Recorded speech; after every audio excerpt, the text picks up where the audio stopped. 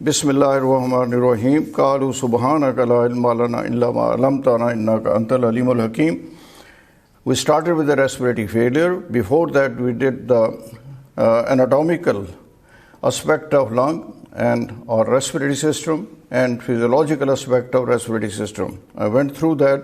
Then we quickly went through this respiratory failure and its causative factors and what are the pathophysiology of respiratory failure. Now we have come to the ARDS. Now in the ARDS, in the initial lecture last time, so we divided this ARDS. The first stage is stage of acute lung injury, ALI, and then the patient goes into full-fledged ARDS. Now this is a biochemical aspect. We look at it when the oxygen, partial pressure of oxygen and the inspired oxygen concentration ratio is more than 300, then we say it's a normal lung. When it comes down between 300 and 200, then it's an acute lung injury. And when it comes down below 200, then we say it is full-fledged ARDS. And we went through this. And then what are the clinical cardinal features of ARDS? Then we divided it, as I mentioned just now, the PaO2 ratio and FiO2 ratio, and that's how we divided that person is in acute lung injury or in the ARDS. Then we went through the different stages of pathophysiology, early stage and the later stage. And what are the changes in early stage? We went through this also. And what are the changes in the later stage. Then we divided the different stages of ARDS also, and we went through that in the last lecture. And what are the cardinal clinical presentation, and what are the causative factor of hypoxemia, we mentioned that also last time. And there are few important parameters which we discussed for the diagnosis of ARDS is blood gases, both arterial as well as venous blood gases. And then we look at how much oxygen has been taken up by the tissues, that is VO2. Then important parameter is partial pressure of oxygen in the alveoli minus the partial pressure of oxygen in the arterial blood, which is called AA gradient. That shows the efficacy of alveolar capillary pathway. And so that's very important parameter to look at when you look at the blood gases. Then last of all, the shunt fraction is very important, which is called QS over QT. That how much is the blood which is not coming in contact with the gases, that is called shunted blood. And how much the blood actually going into the lung, that is called the total cardiac output. So if you divide the shunted blood over the total blood which is passing through the lung, which is called shunt equation, and you can mathematically calculate it. Then now we come to the management. Now in this lecture we will do the management. All the aspects of management will be dealt. Now first of all, control of parent problem. We always say whenever there is any disease, we say treat the cause. So that's what it is, control of parent problem. Then second is the progressive dehydration. In the ARDS, there is accumulation of water in the body, particularly in the lung.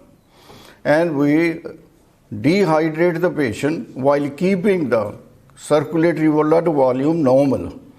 So you take gradually into the negative balance, but the blood volume should be normal because it is the blood volume and the pressure under which this blood volume takes the oxygen nutrition to the tissues. So that should be filled, that should be kept normal. So this is called progressive dehydration. Only two indications of progressive dehydration. One is ARDS and other is preeclampsia and eclampsia.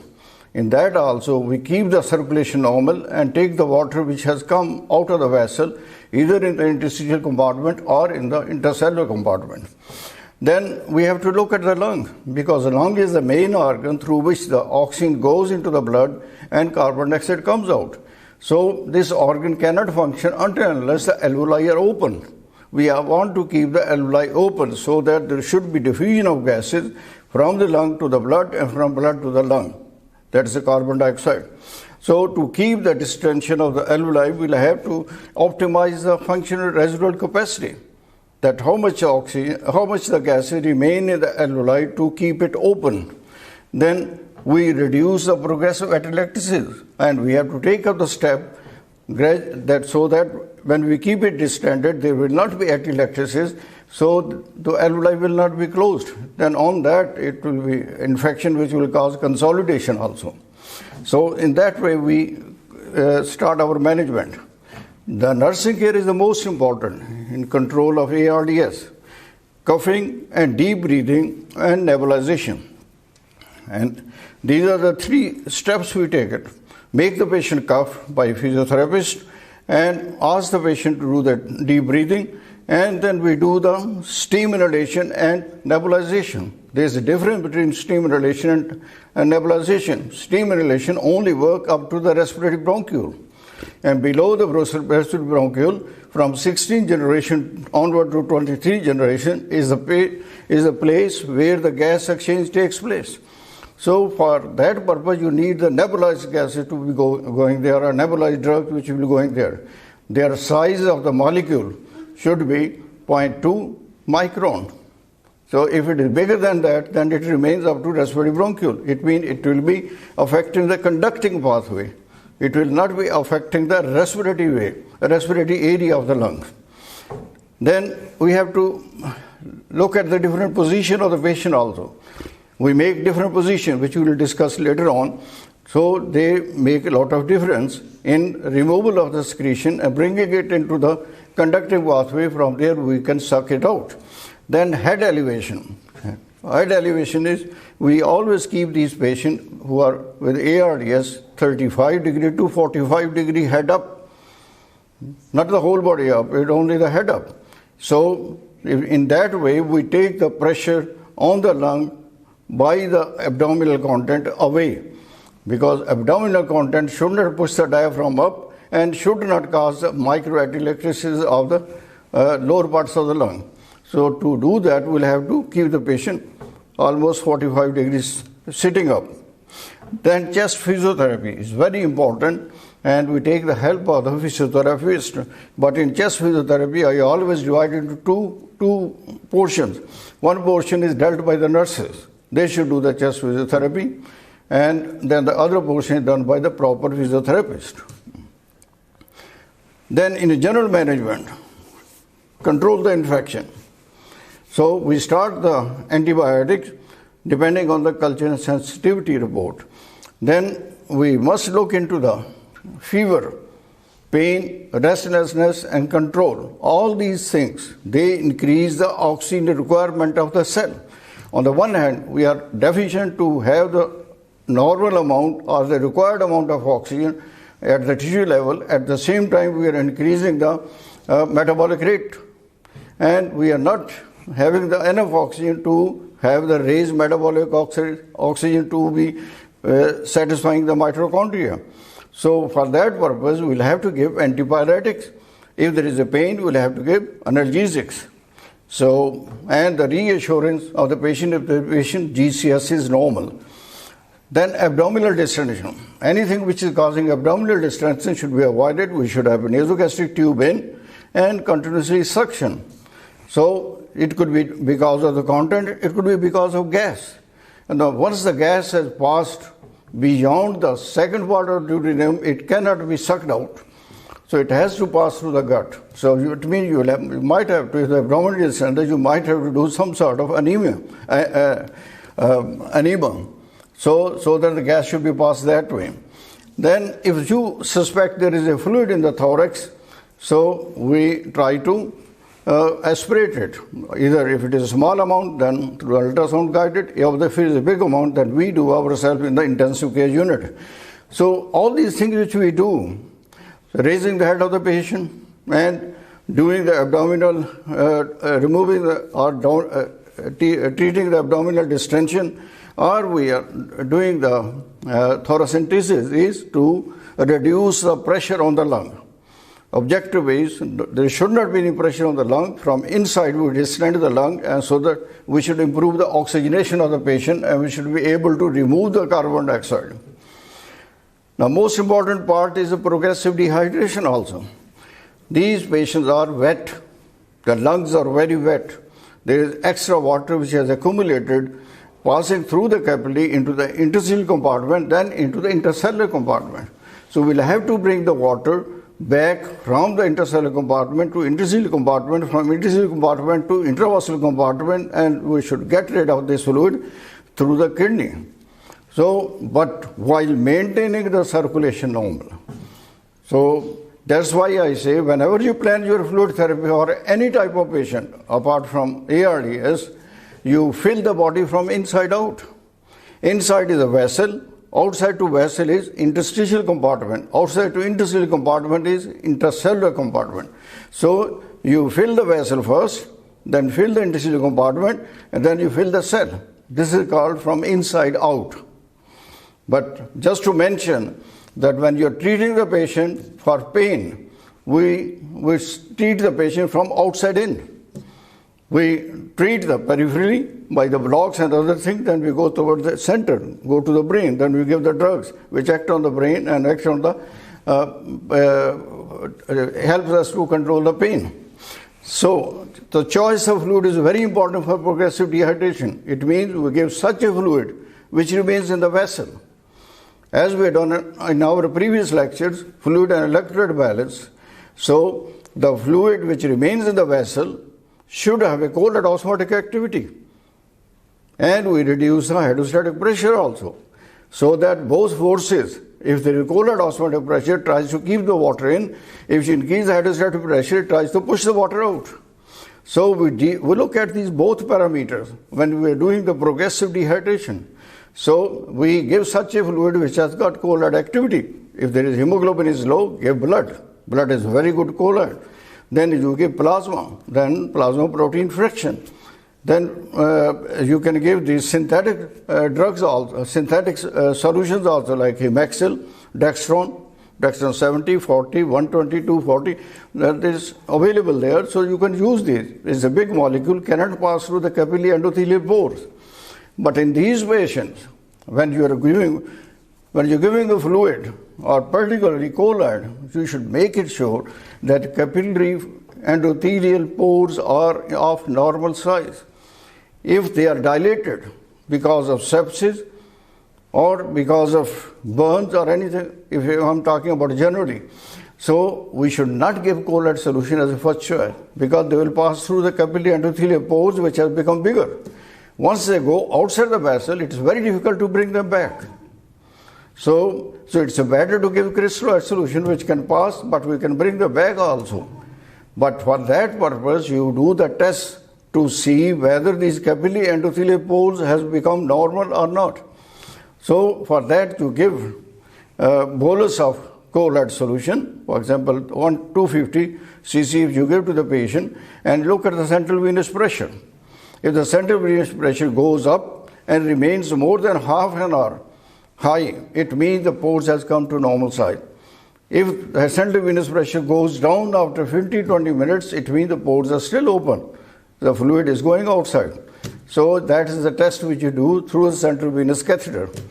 Now the choice of fluid will give minimal amount of colloid solution to keep the circulation going on. And our objective is to take the osmolality up to 320 milliosmoles per liter.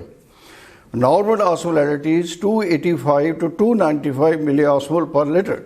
This osmolality or osmolarity. If it is osmolality, it is per kilogram. If it is osmolarity, it is per liter. It is the amount of osmotically active ions. What are the osmotically active ions? Sodium, potassium, calcium, magnesium. These are positive ions. When there are positive ions, there is bound to be negative amount of equal amount with them. For example, if the sodium is 135, if you take the lowest level of normal sodium, 135, so 135 should be the negative ion with it.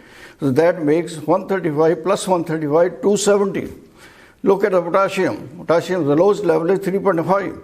This is a positive ion. 3.5 should be negative. 3.5 plus 3.5, it becomes 7. If you look at the magnesium, if you measure in millimole, it's 1. And it should be 1 negative ion with it also, that makes 2. So in this way, and then you look at the calcium. Calcium, if you measure in millimole, it is 2.5 normal.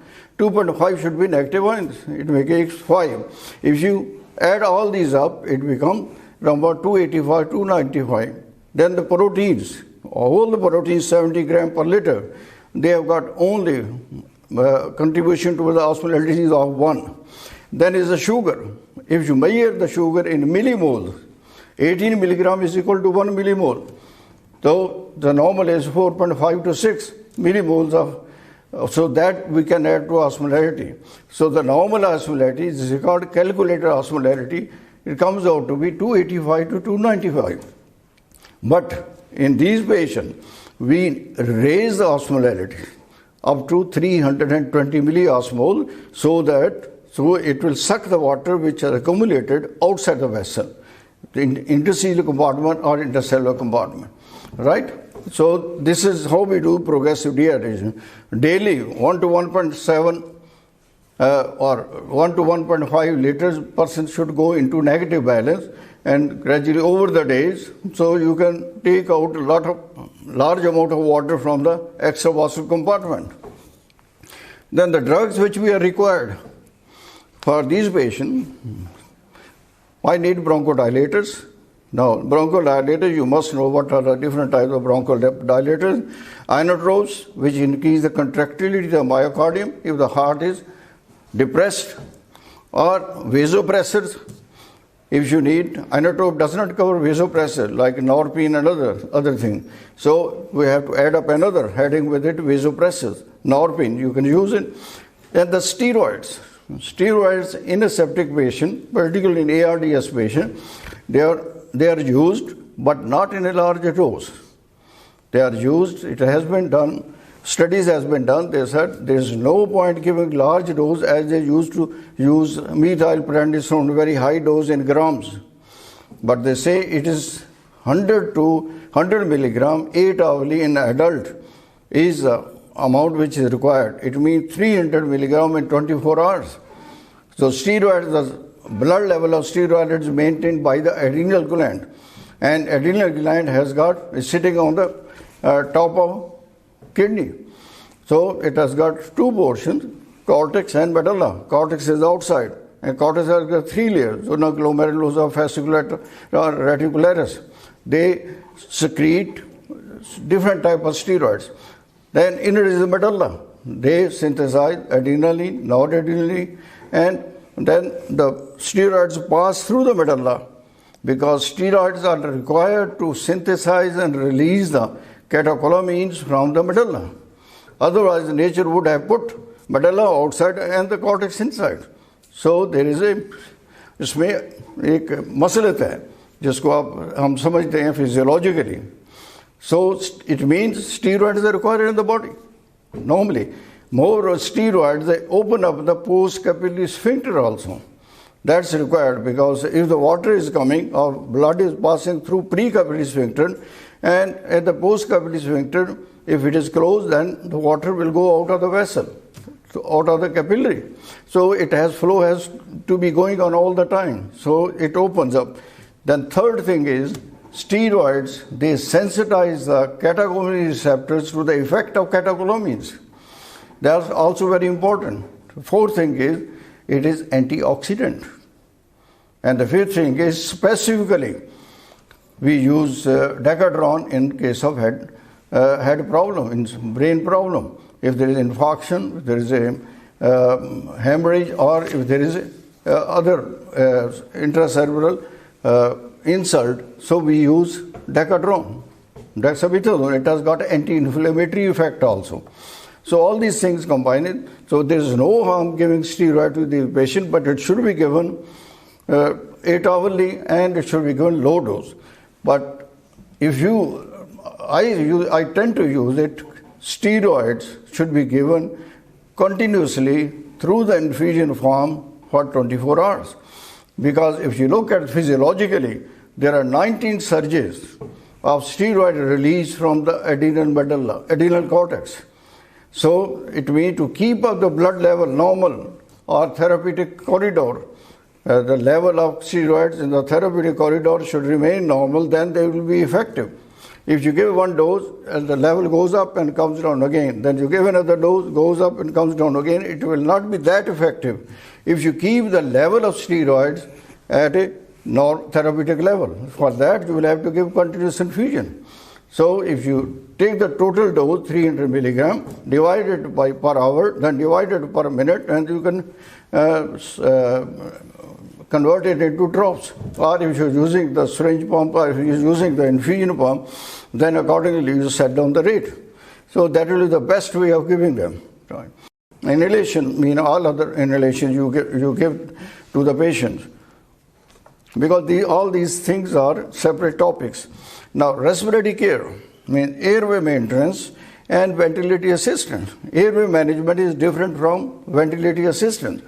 Airway management is like a suction, then you keep the airway open, and then you give oxygen to the patient, and you give steam inhalation. These are all part of airway management.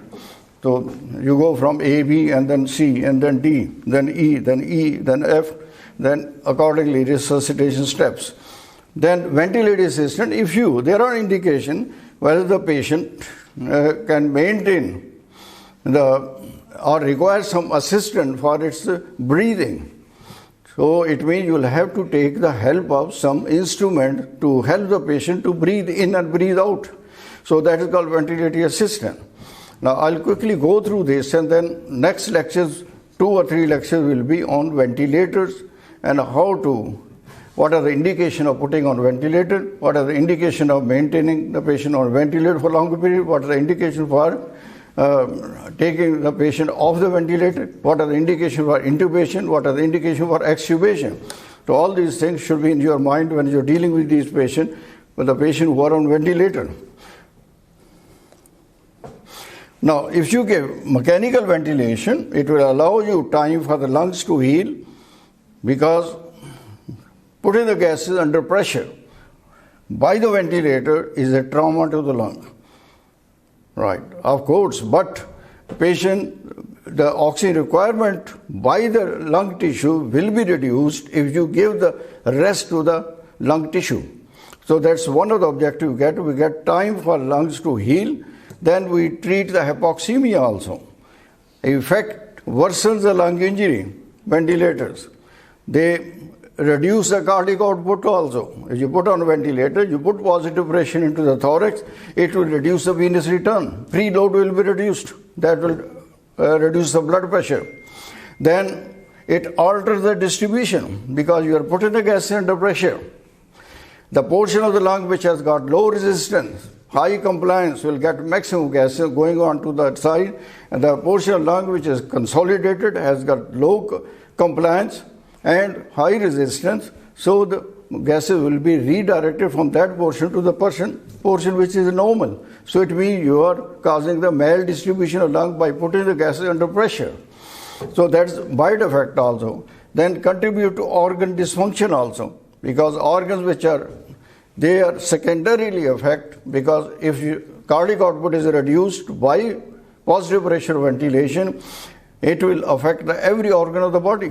The perfusion of the organs will be reduced. Then the main goal is to maintain the gas exchange. Why we give them ventilator assistance is because the gas exchange should be normalized. Gas exchange means diffusion of oxygen from the lung to the blood, and diffusion of carbon dioxide from the blood to the lung, and to remove it out. Then maintain the tissue oxygenation. That is our objective. Then avoid adverse effects of these hypoxia and hypercarbia. Now, main objective of giving ventilatory assistance is oxygenation. We have very little concern with carbon dioxide. Even we induce hypercarbia to have the oxygenation proper. So our target is that oxygen must reach to the tissues, must pass through the lung, and must reach the tissue to have a normal metabolic demand of the tissue. Right? Now, oxygen delivery to the tissue depends on 3 things. One is adequacy of respiratory system. Second is adequacy of circulatory system. Then third is metabolic status of the tissues. Now, adequacy of respiratory system is to deliver the oxygen to the circulation. This is the function of respiratory system. In addition to other functions, as I mentioned previously on the lecture, that there are 43 types of cells in the lung. Only one type of cell has got diffusion of gases, pneumocyte type 2 cell. Pneumocyte type 1. Type 2 is for surfactant. But all other 42 types of cells, they have got different metabolic functions. So, oxygen, it depends on, oxygen which is delivered to circulation depends on the fractional inspired oxygen. What percent of oxygen you are giving to the patient. It also depends on the conducting system also. Is your conducting system from nose, mouth up to the 16th generation, that is the respiratory bronchial, or the conducting pathway is proper or not. Then you have got mean airway pressure. What is the airway mean pressure? Which is pushing the gas into the lung. Then inspiratory time. Longer the inspiratory time, it will give longer time for the oxygen to diffuse. So if you want to improve the oxygenation, we always increase the inspiratory period, inspiratory time. So we'll have to look at the inspiratory time also. If we want to see the adequacy of respiratory system to oxygenation or to diffuse the oxygen from the lung to the blood. Then is the alveolar capillary pathway. Alveolar capillary from alveolar epithelium, then capillary endothelium, then alveolar epithelium, then interstitial compartment, then capillary endothelium, then we have the plasma. This whole thing is called alveolar capillary pathway. Then if the oxygen is not reaching properly, your conducting pathway is all right, your respiratory component of lung is all right, but why the oxygen is not reaching? We'll have to find out whether the alveoli function open or not, whether there is water in the alveoli or not. Then we'll have to do the alveolar epithelium also, whether it is thickened or fibrosed or what is the problem. Then we'll have to see, is there water in the interstitial compartment? Then we'll have to look capillaries. Are the blood flowing into the capillary or not? Or capillaries are open or not? Then the blood goes into, then the gases go into the capillary blood. So this whole thing will have scrutinized what is the alveolar capillary pathway like. Then we can conclude at the end that everything is normal. Now the oxygen should reach to normal. If it is not reaching normal, then we'll have to find out. So that's how we scrutinize these things, alveolar capillary pathway. Then we look at the adequacy of circulation. Adequacy of circulation is that oxygen is delivered by blood from which the blood has taken from the respiratory system to the tissues. This is a function of circulatory system. Now, for that purpose, you will have to look at the cardiac output. How is the cardiac output like? Is the cardiac output normal or not? Or the person is keeping blood pressure normal or not? Or circulation, blood flow is also important in addition to blood pressure. The blood is flowing under pressure, but how much of the blood is passing in a unit time beyond a specific point? That is called flow. Because if you look at the Ohm's law, then it can explain. Ohm's law is nothing but it correlates the pressure with the flow and resistance. So flow, all these three things are different. But don't confuse yourself with the pressure to the flow. So flow should be adequate, but flow depends on the pressure also, because the flow is directly proportional to the pressure. Then venous return, how much blood is coming from the venous side or the preload to the heart. Then we'll have to look at the hemoglobin, because hemoglobin has to carry the bulk of oxygen. So 1 gram of hemoglobin carries about 1.39 mils of oxygen. Then we have to see oxygen dissociation curve. Your hemoglobin is normal, your circulation is normal, blood pressure is normal, but even then the oxygen not being delivered to the tissues. We have to look at the oxygen dissociation curve. Oxygen dissociation comes on three factors. One is temperature, other is acidity or alkalinity, and the third is 2,3-DPG, 2,3-diphosphoglycerate. Excess of everything. If the temperature is high, acidity is greater, or 2,3-DPG level is higher, they shift the curve towards the right. it means hemoglobin remains in the state of dissociation. It's not accepting oxygen. Although the partial ratio of oxygen will go up, but the saturation will go down. If there is alkalosis, if there is hypothermia, or if there is a reduction of 2-3 dpg, it would shift the curve towards the left. It means hemoglobin is accepting oxygen, but when it reaches to the tissue, it will not give it. It is always in association mode. It is not in dissociation mode. So this is very important to look at the oxygen dissociation curve when we are dealing with the oxygenation of tissues. Now the third factor is metabolic status of tissue. We'll have to see whether there is enzyme which is utilizing the oxygen in the tissue. The respiratory system has delivered the oxygen to the tissue circulation. Now circulation has delivered the oxygen to the tissues. Your DO2 is normal, your VO2 is normal. Now whether the tissues are using it or not. For using of oxygen, you need to look at the enzyme factors which help us to use it. So that is cytochrome oxidase. So we'll have to look at whether the integrity of enzyme is normal or not, and then we'll have to look at cell activity also. We are supplying the normal amount of oxygen.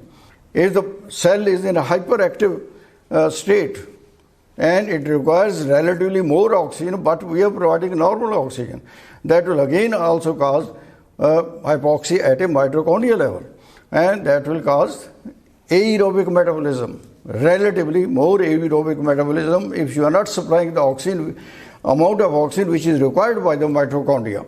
So all these things, they affect on the oxygenation. It looks very complicated, but it's very simple. If you got ABGs with you, if you got a hemodynamic status of the patient, if you know the hemoglobin level and hemoglobin, in what mood is the hemoglobin, you can sort out in 5-10 minutes what is happening, whether the tissues are using oxygen or not. Then we have to find out whether there is a ventilatory assistance needed or not. So it means we'll have to look at the indications for ventilation. So there are quite a few indications for putting the patient on a ventilator. If you look at the PCO2, partial pressure of carbon dioxide in the blood, normal PCO2 is 30 to 40. So we don't do anything. Then if the PCO2 goes up to 45 to 50, we start thinking now the patient needs ventilatory assistance. But we need to have another parameter to decide. Then when the PCO2 is greater than 55, this is the sole indication to put the patient on a ventilator, right? Then second parameter we look at is the dead space. Normal dead space is measured by VD over VT, that how much is the dead space and how much is the gases going in one respiration in and out, coming out. So this ratio normally is 30% to 40% or 0.3 to 0.4. This is normal.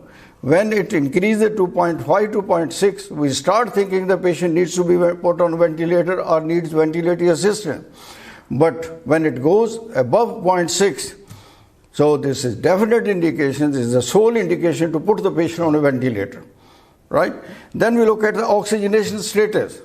If the person is breathing room air, the normal acceptable PO2 is 80 to 90. Acceptable. It's a normal acceptably 80 to 90. When it comes down to 50 to 60, then we start thinking the patient should be put on ventilator. Then it goes below 50, then it's the sole indication to give ventilatory assistance. Now when the patient is breathing 100% oxygen, then the normal is 550 to 630 millimeter of mercury PaO2. That's the normal. When it comes down to 200 to 300, then we start thinking that patient needs ventilatory assistance. But it comes below 200, it is sole indication. You are giving 100% oxygen, but you're looking at the PaO2, if it is 200, so you become very happy. Now the partial ratio oxygen is very high, but actually it's not high. As we are giving FiO2 is of 100%, but the effect we are getting is the PO2 is only 200. That's the sole indication to put the patient on a ventilator, right? Then if you look at the AA gradient, partial pressure of oxygen in the alveoli minus the partial pressure of oxygen in the blood. Normally A gradient is 5 to 20.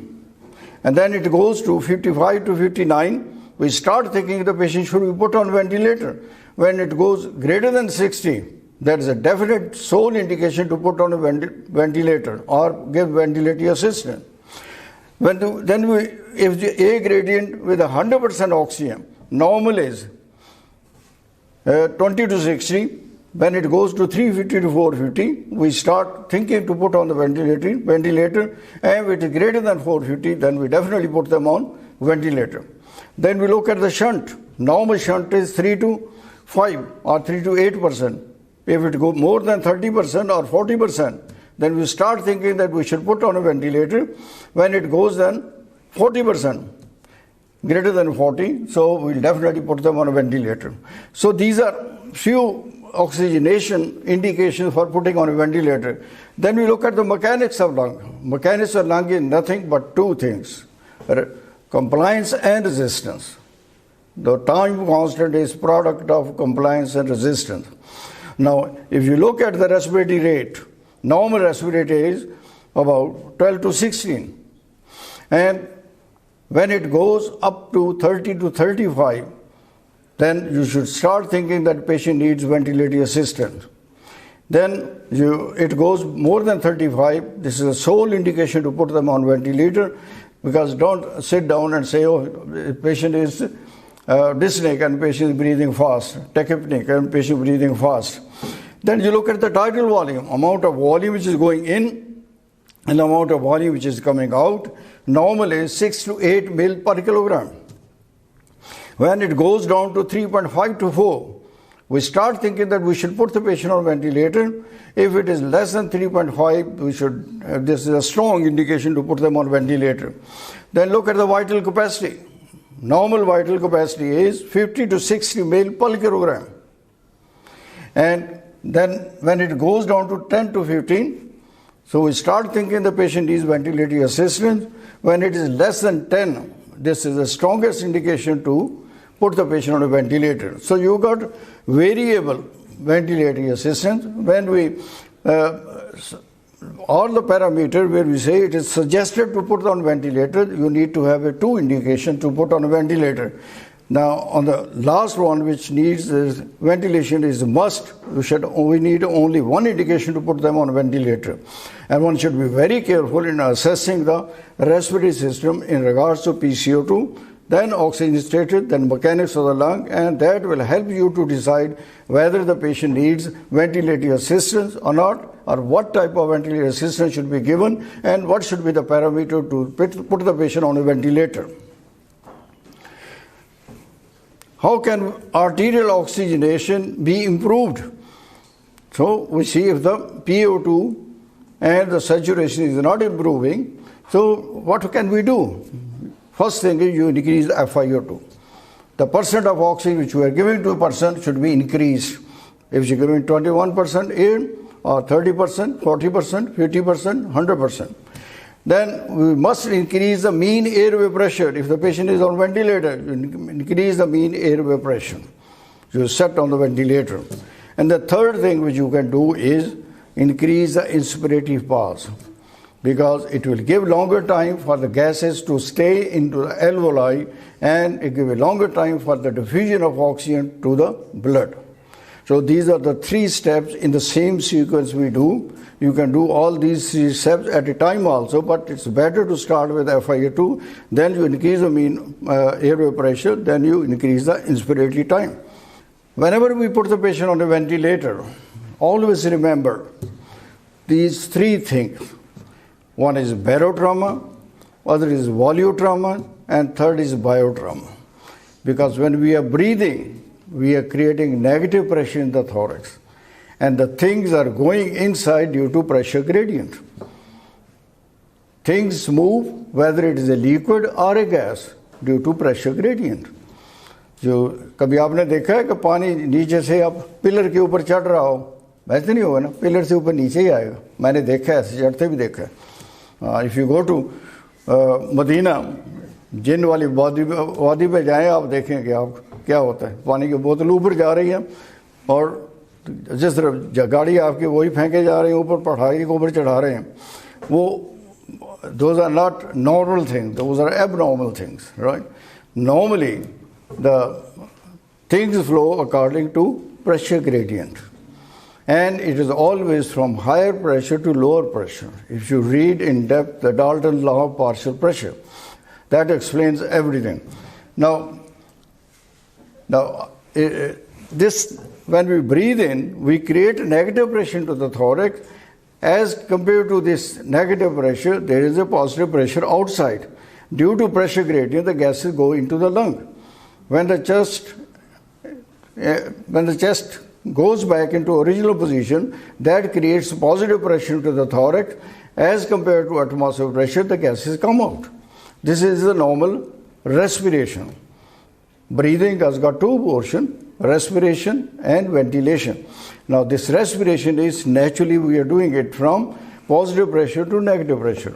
Now when we are putting the patient on ventilator, we are not creating negative pressure in the thorax, we are creating more positive pressure in the tube as compared to the pressure in the lung, and there is a pressure gradient. Now that from higher pressure to lower pressure, the gases go into the lung.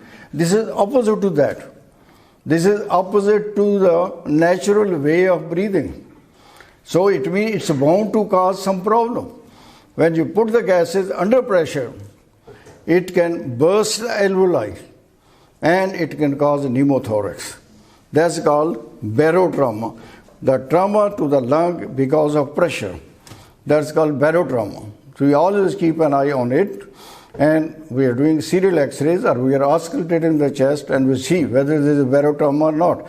So in some conditions, when there is a severe, when there is increase in resistance and we are putting the gas under pressure and we know that there can be barotrauma afterward during this whole ventilation, so prophylactically we can put that chest drains on the both sides. Then volutrauma. If the lung compliance is more, the alveoli are distended. Even with a little pressure, they are distended. If the same amount of gases, or if you putting the large amount of gases in, alveoli will be distended very much. Because of over distension of alveoli, the gas passes through the distended epithelial cells of the alveoli, and that also causes pneumothorax. That will also cause pneumothorax. That is called volutrauma. It does not damage the alveoli, but the gases passes through that because of over distension. That is the volutrauma. Then biotrauma. As I told you, there are 43 types of cells. They are subject to negative pressure of breathing, or they are subject to natural way of respiration. When we put the gas under pressure, they respond differently. Different cells respond differently. They are secreting, synthesizing or secreting more than normal amount of substances which they are normally secreting. So they can cause multiple variable actions on the body. So that's called biotrauma. So the biochemical substances are released when you're putting patient on a ventilator. So always keep your eye open about barotrauma, volutrauma, and biotrauma, and barotrauma, volutrauma, and biotrauma. Now, then oxygen transport also depends on the fluid therapy. Now, oxygen is delivered to tissue which depends on the cardiac output, which is dependent on cardiac performance. One thing, how effective is the cardiac performance or a cardiac contractility. And second thing is also depends on the preload, how much blood is being brought to the heart. And the third thing is how much is the resistance for the blood to go out of the heart and supply to the tissue. So preload and postload and myocardial contractility, three things, they affect the cardiac output. Then second thing is blood hemoglobin, that how is the hemoglobin like? Whether the hemoglobin level is normal, lower than normal, or hemoglobin is in a mood to accept it or not. That means oxygen dissociation curve. Then the parameters which guide us is the mixed venous oxygen saturation. It should be greater than 65%, right? Our target is that. Then we look at the blood lactate also. because oxygen is passing through the lung, going into blood. Blood delivers the oxygen to the tissues, whether the tissues are using it or not. To look at that, if the tissues are metabolism is going on all the time at the tissues. If there is no oxygen, even then the metabolism is going on. It means that is called anaerobic metabolism. What the anaerobic metabolism produce? Acids like lactate. So you look at the lactate. You look at the saturation is normal, partial pressure oxygen is normal, and patient looks pink, but lactate level starts going up. It means at the tissue level, oxygen is not being used normally. So that gives you indication there is some problem. There is some problem at the tissue level. You have to sort it out. Now, pulmonary edema. Anything which increases the capillary permeability, that will increase the outflow of fluid from the vessel to the interstitial compartment. So, how would we deal with it?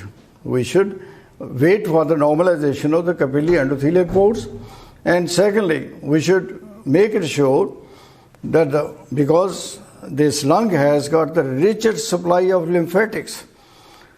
Lymphatics के basket हैं जिसमें पड़े हुए हैं alveoli. So it drains into the vein. Through the azygos vein, it goes into venous side. Now, if your pressure in the venous side is greater than the pressure in the lymphatics, it will not drain. Then the water will remain, water is coming in the lung and going out, coming in the lung and going out. So it will not drain, it will cause pulmonary edema. And second thing is, the intracapillary pressure is increased also. That we will have to deal with. We have to we have to optimize the blood pressure also. Not so much down blood pressure, that should cause some problem. That should cause problem of oxygenation. So you will have to weigh that why there is a capillaries are oozing, why there is a water accumulating into the lung. That needs very serious consideration. That is getting ventilation equal to the circulation into that, blood coming into that. That is ventilation perfusion ratio is normal there. Then lower part of the lung, there is a more blood flow as compared to gas coming. There is a shunting of the blood there. There is more perfusion. Ventilation perfusion ratio goes down. So this is the classification which we do. It goes like this. When you make the person flat, so these three levels will be like this. Now the upper part of the lung lying flat will have a more ventilation as compared to perfusion. Middle part will have ventilation perfusion ratio normal, and lower part of the lung, chest, will have a more perfusion than ventilation. So there will be shunting effect in the lower part of the lung, dead space effect in the upper part of the lung, and equal ventilation perfusion in the middle part of the lung. So this is one of the reasons we put the patient on a prone position also. If we cannot drain all the secretion like this, so because when we're lying like this, upper part of the lung getting more gas as compared to perfusion. When we're lying prone, now that portion comes on the top, back portion. So that will get more ventilation than as compared to perfusion. So the secretions will be mobilized from there. They come into the trachea or conducting pathway. From there you can suck it out. So this is the basis making like if you're lying side by, then upper portion will have more gases as compared to perfusion. Lower part of the gases will have lungs will have more perfusion as compared to gases going there. So in this way you mobilize, you improve the oxygenation and ventilation, and you also improve by removing the secretion from there. So this positioning is very important. The patient who is on ventilator, put them on side to side, or put them in prone position, put a head up position like this. So these different positioning, they are helpful and they make the recovery very quicker. And two things, words you should remain, position, and it's a different type of physiotherapy there. And in my previous book, the first book came, I've written a full chapter on physiotherapy. The old book which then I removed that because now there are a lot of PhD physiotherapists available. So I thought it is their job, it's not my job. So Although the nurses courses should have a physiotherapy portion also, and they should know how to do the physiotherapy of a patient. So, then nutritional support. These patients are in hypermetabolic state and they require nutrition. Now, enteral nutrition is the best way of giving nutrition because this gastrointestinal tract is not the only tube going from here and passing downwards. So it is a full organ. It is an endocrine organ also. Role of gut in a critically ill patient. I have written one full chapter on it in the book. It's a very important. So enteral nutrition has got a mucosa also. That needs some nutrition itself also. So you don't leave the gut alone. We'll have to put always something into it if the gut is functioning normally. If there is abnormality in the gut itself, then we think of giving nutrition by parenteral nutrition. So the gut, you give nasogastric, naso-ileal or nasojejunal or different type of enteral nutrition. It's a separate topic. So you try to give enteral nutrition first. If that is contraindicated, if the patient is not tolerating, then you give parenteral nutrition intravenously. And for that purpose, nutrition itself is a separate topic. We have to look at that patient because it is a hypermetabolic state. They are losing large amount of nitrogen. And we'll have to calculate how much nitrogen has been lost. We'll have to replace the nitrogen, and accordingly, nitrogen loss, we have to give calories. For every gram of nitrogen which is being lost, we have to give 150 to 200 kilocalories.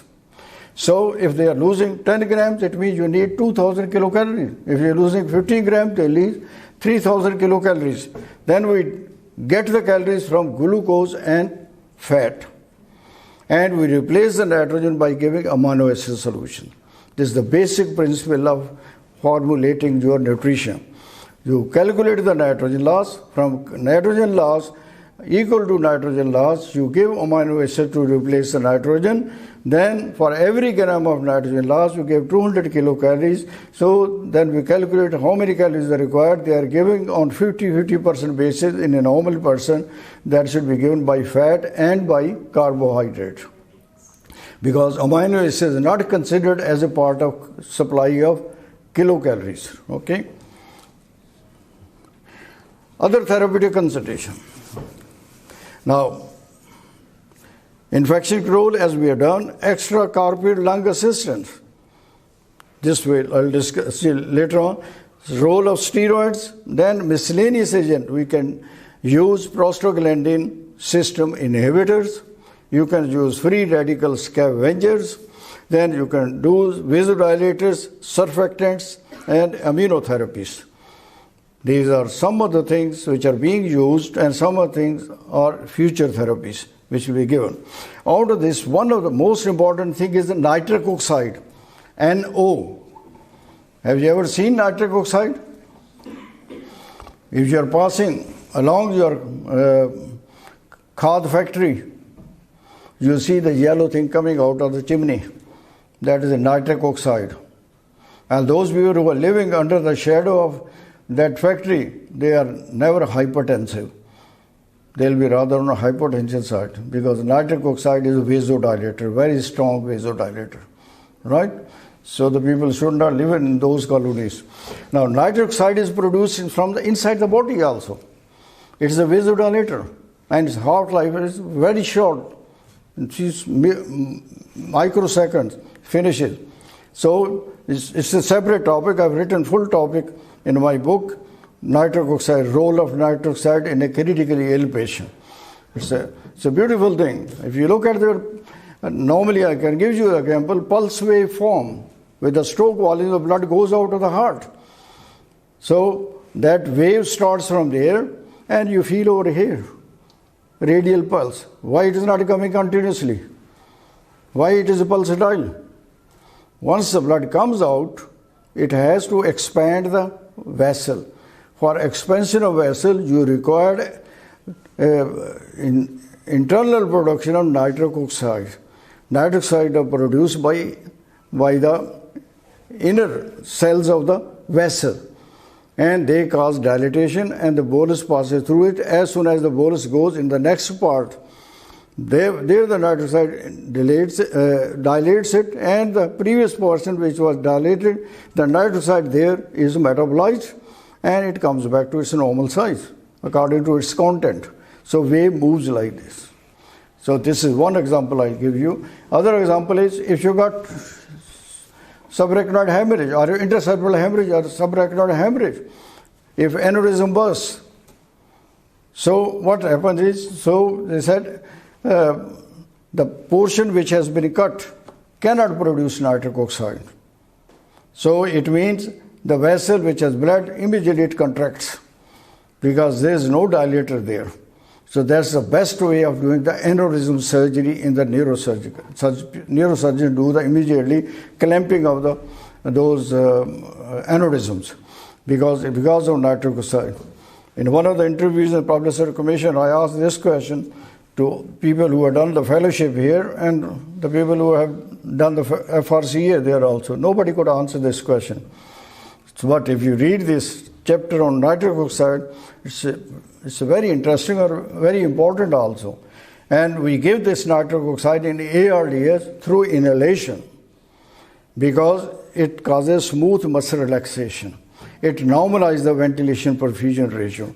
If you give systemically, you can give systemically also, it will open up all the vessels. It will cause hypotension. That will reduce the perfusion of the lung. So it's better. Whatsoever is the blood, you can control the blood flow by using the inotropes or the vasopressors, but you have to dilate the smooth muscles in the lung.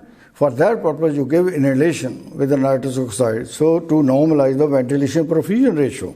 So unless you normalize the ventilation ratio, you cannot normalize the diffusion of gases from the lung to the tissues, lung to the blood, and from blood to the lung. Right? So the nitric oxide has got very important role to play. Then there are some new management strategies about controlling the ARDS, like you improve the basic ventilatory regimes, then the adjunctive supportive measures, which I will mention now, then sophisticated ventilatory measures, then alternative forms of treatment, then there is novel therapeutic approaches also. Under these 5 headings, every heading is a separate topic. Well, I'll just go through it like this. Now, like improved basic ventilatory regime, you can do the pressure control ventilation. There are 2 types of ventilation you do, modes, pressure control ventilation, volume control ventilation. So in these patients, you must use the pressure control ventilation. Then pressure control mechanical ventilation, then the pressure control mechanical ventilation with IRV, inverse ratio ventilation. You increase the inspiratory phase as compared to expiratory phase. Normally, inspiration to expiration ratio is 1:2. Expiratory period is double the time of inspiratory period. But in these cases, you make it opposite like this. You increase the inspiratory time more than the expiratory time. So that is inverse ratio ventilation to improve the oxygenation. Or you can use pressure control ventilation plus PEEP, positive end expiratory pressure. That keeps the pressure at the end of expiration alveoli. It is a constant pressure to keep it open. Then pressure control mechanical ventilation plus pressure limited ventilation plus hypercapnia. You use such a rate or such a volume in the lung that should let the carbon dioxide accumulate, but oxygen should be normalized. That's called hypercapnia, induced hypercapnia. Now there are these people who have done this, a lot of work on these things. Now positive and expiratory pressure, PEEP, is very important, and this improves the pulmonary exchange because it keeps the alveoli open. It causes the recruitment of collapsed alveolar units. Secondly, it reduces the cardiac output also. That's the bad aspect. That if you keep the positive weight into the thorax, it will hinder the venous return which is coming, or the preload which is coming to the heart. But If the person has got a capability, this hemodynamics is normal, so it can adjust very quickly. Otherwise, you will have to do the steps to improve it. Then the drawbacks is it reduces the cardiac output. When it reduces the cardiac output, it tends to drop the blood pressure. Now, it has got a relationship to the time constant. Time constant is nothing, it is a product of compliance and resistance. Now, if the resistance is more, on the top of it, you put the PEEP on, so that can damage the lungs also. So, and if the patient has got ARDS with COPD, then one should be very careful putting them on a PEEP also, because there is induced PEEP on them also. We'll discuss in detail when we do the ventilation and put it on ventilatory strategies. Then permissive hypercapnia is how we do it. We reduce the tidal volume.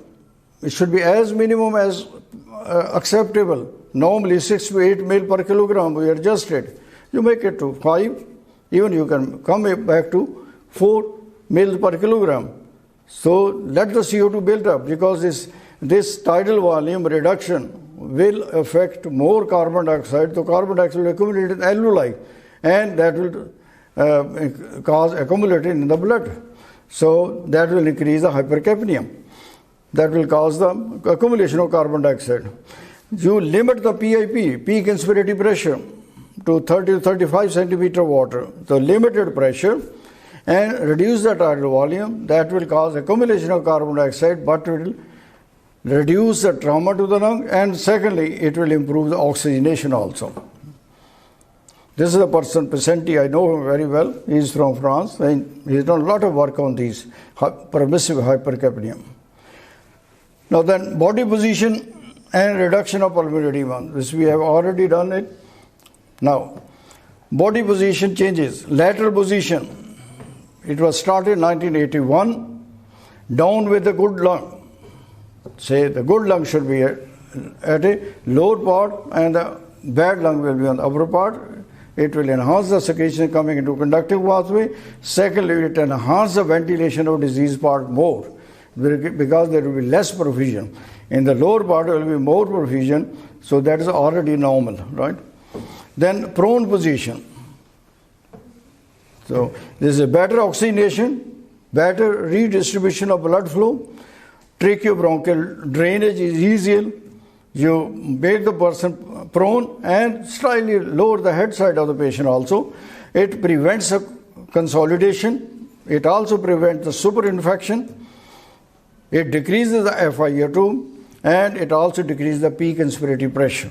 These are all advantages of putting in a prone position. अब कह रहे थे ना Covid जब शुरू है, prone position is the best. Prone position is the best for every patient who is needing prolonged ventilation. Then computed lung tomography. If you do it, then you will find out what difference it has made. It makes a lot of difference if you make different position, particularly if you put them in a prone position.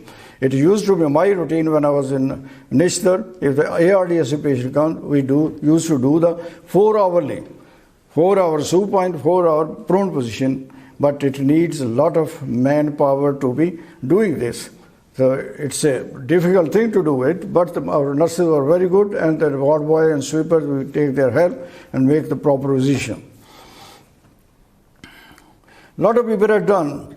My name is also in the literature, you will find it, regarding the prone position. Gattinoni is the main person who has done the maximum work. He is from Italy. He has written books on the prone position. Now, reduction of pulmonary edema. Increase the pulmonary capillary pressure, that is one of the causative factors. Altered capillary permeability, this is another part. There is a plasma, oncotic pressure is decreased. So always look at the colloid osmotic pressure. How can you look at? Look at the protein level.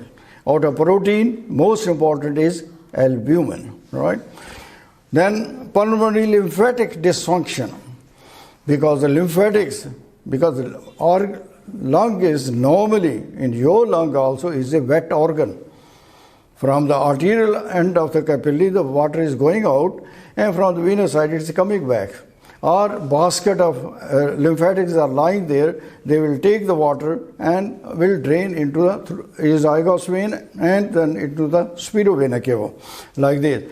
If you got a pressure in the high in the spirovena cava, which you measure by central venous pressure, higher than that of lymphatics, they will not drain. If the pulmonary edema remains in spite of all the steps you have taken and your PEEP is your CPAP is, your central venous pressure is high, this is called resistant pulmonary edema. Try to reduce the central venous pressure. Then the lymphatics will be able to drain it into it. So always think about it. You have taken all the steps to reduce the pulmonary edema, but they are not working.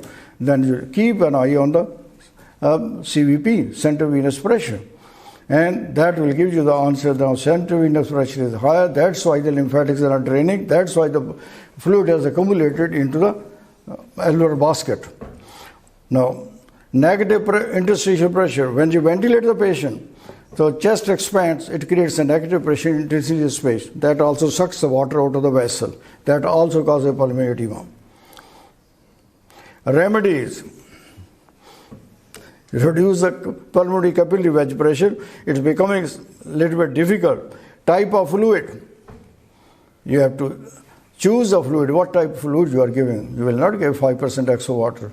You will not give the sodium containing fluids. The best fluid will be cold lead solution again. Then diuretics. Of course, we will use the diuretics. And if the time comes that all these steps are not enough or not doing the sufficient work, you will have to do the hemofiltration, hemodialysis, hemodiafiltration, or scuff like that, different types of renal replacement therapies. Right. Now, another way you are doing it, differential lung ventilation. You got when the baby is born, its lung is normal. We expect every part of the lung has got a normal ventilation perfusion ratio. Every part of the lung has got a compliance and the resistance is normal. When the lung becomes diseased, if the diseased part has got a more resistance there as compared, and there is a reduced compliance. For example, one of my lobe is affected. It is a consolidation of one lobe. If I put the tube down and they start ventilating me, my other 2 lobes on this side and 2 lobes on this side, 4 lobes will be getting more ventilation as compared to diseased part. So it means in these there will be more dead space effect as compared to perfusion. But here will be more perfusion, no gases coming out. So this becomes in some patients who has got 2, 3, 4 lobes affected. It's very, you will not get the desired result of oxygenation and ventilation. So what would you do? If my one lung is diseased, why not to put 2 tubes, 1 tube into the left lung, 1 tube into the right lung, and according to their compliance and resistance, I put on 2 ventilators. Right? If there are 5 lobes are involved, every lung has got some part of the lung will have a more compliance as compared to resistance. Some has got more resistance as compared to compliance. So it's a different. You put tube in every lobe and then put on 5 ventilators. I've seen the patient being put on 5 ventilators with one patient and survived because you adjust your parameter according to compliance and resistance of that particular part of the lung. This is called differential lung ventilation. आपने तो नाम नहीं सुने होंगे, मैंने तो practically करते देखे हैं जहाँ पे स्वीडन में differential lung ventilation. And 2 people, I have put myself on 2 ventilators, one in the right, double lumen tube डालें, you put the 2 double lumen tube, so you ventilate one lung with one ventilator, other lung with the other ventilator, depending on their compliance and resistance. It's again a separate topic, differential lung ventilation. It's one of the reasons to put them is depending on the time constant, one of the indications. And second indication, if there is a bronchopleural fistula, if there is a communication between the lung and pleural cavity, so bronchopleural fistula, it will be asymmetrical lung expansion. So these patients are ideal to put on the differential lung ventilation. High frequency ventilation, this is another type of sophisticated. Normally we use a low frequency ventilation, 12 per rate or 14, 15, 20. Now if you have a frequency of ventilation 4 times the normal, that is called high frequency ventilation. For example, if you are breathing 15 times per minute and you are put on a ventilator on 15 times, and if you take the rate up to 60, it becomes a high frequency ventilation. Now high frequency ventilation is of 3 types. High frequency ventilation itself, secondly high frequency jet ventilation, thirdly it is high frequency oscillation. Now these are the 3 different topics also. It's beautiful. बच्चों में actually jet ventilation भी करते हैं, oscillation भी करते हैं.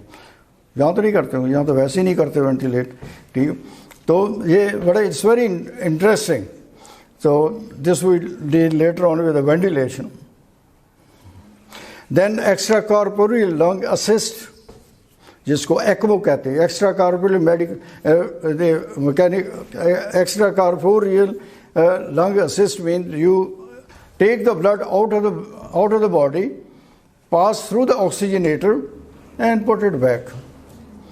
So you give rest to the lung, and the lungs job extracorporeal membrane oxygenation. ठीक है, और these are extracorporeal membrane oxygenator. ठीक है, oxygenation का तो you take the blood out from one vein and pass through the filter or oxygenate there, so artificial lung, and put it back into the blood. That will be oxygenated blood, and at the same time you remove the carbon dioxide also from there.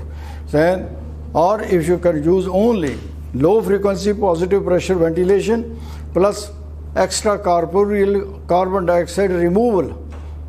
अगर hyper कैप्निक patient बहुत ज़्यादा है, इस सूरत में उनके लिए ये इस्तेमाल करते हैं. कार्बन डाइऑक्साइड से रिमूव करते हैं, ऑक्सीजन लंग ही करता है उसमें. Now future therapeutic role of nitric oxide, prostaglandin synthesis, system inhibitors, free radical scavengers, surfactants, and immunotherapies. In conclusion, I'll say that pressure limited ventilation with the PEEP, pressure limited ventilation with permissive hypercapnia, then pressure limited ventilation with inverse ratio ventilation, then combination of all above, or positioning maneuvers, or special ventilatory support, that is differential lung ventilation, or high frequency jet ventilation, or reduction of pulmonary edema to be a step, inhalation of nitric oxide, and extracorporeal lung assist like ECMO or extracorporeal carbon dioxide removal. So these are different things you have to manipulate with the individual patient, because every patient with ARDS is not the same. It's a different response. Always remember these terminologies. People always get confused these terminology. PIP is the peak inspirative pressure which is shown on the ventilator. Then PL is the pressure at the alveoli. At the end of inspiration, you look at the pressure, where is the pressure at the alveoli. It's also called plateau pressure. Then you got PBL, intrapleural pressure. Then you got POES, that is called esophageal pressure. Then PTP is a transpulmonary pressure. Now PTP is equal to pressure at the alveoli or the plateau pressure minus intrapleural pressure. Then you got PIP is greater than pressure at the alveoli, and it means greater than plateau pressure, which is greater than the transpulmonary pressure. ये इन चीज़ों को समझने की ज़रूरत है, बड़ी काम की चीज़ें हैं ये, इकट्ठी मैंने कर दी सारी. Pressure in the esophagus equal to this pressure, intrapleural pressure. So these terminology one should remember always. PTP is equal to, it's very important, pressure at the alveoli means plateau pressure minus transpulmonary pressure.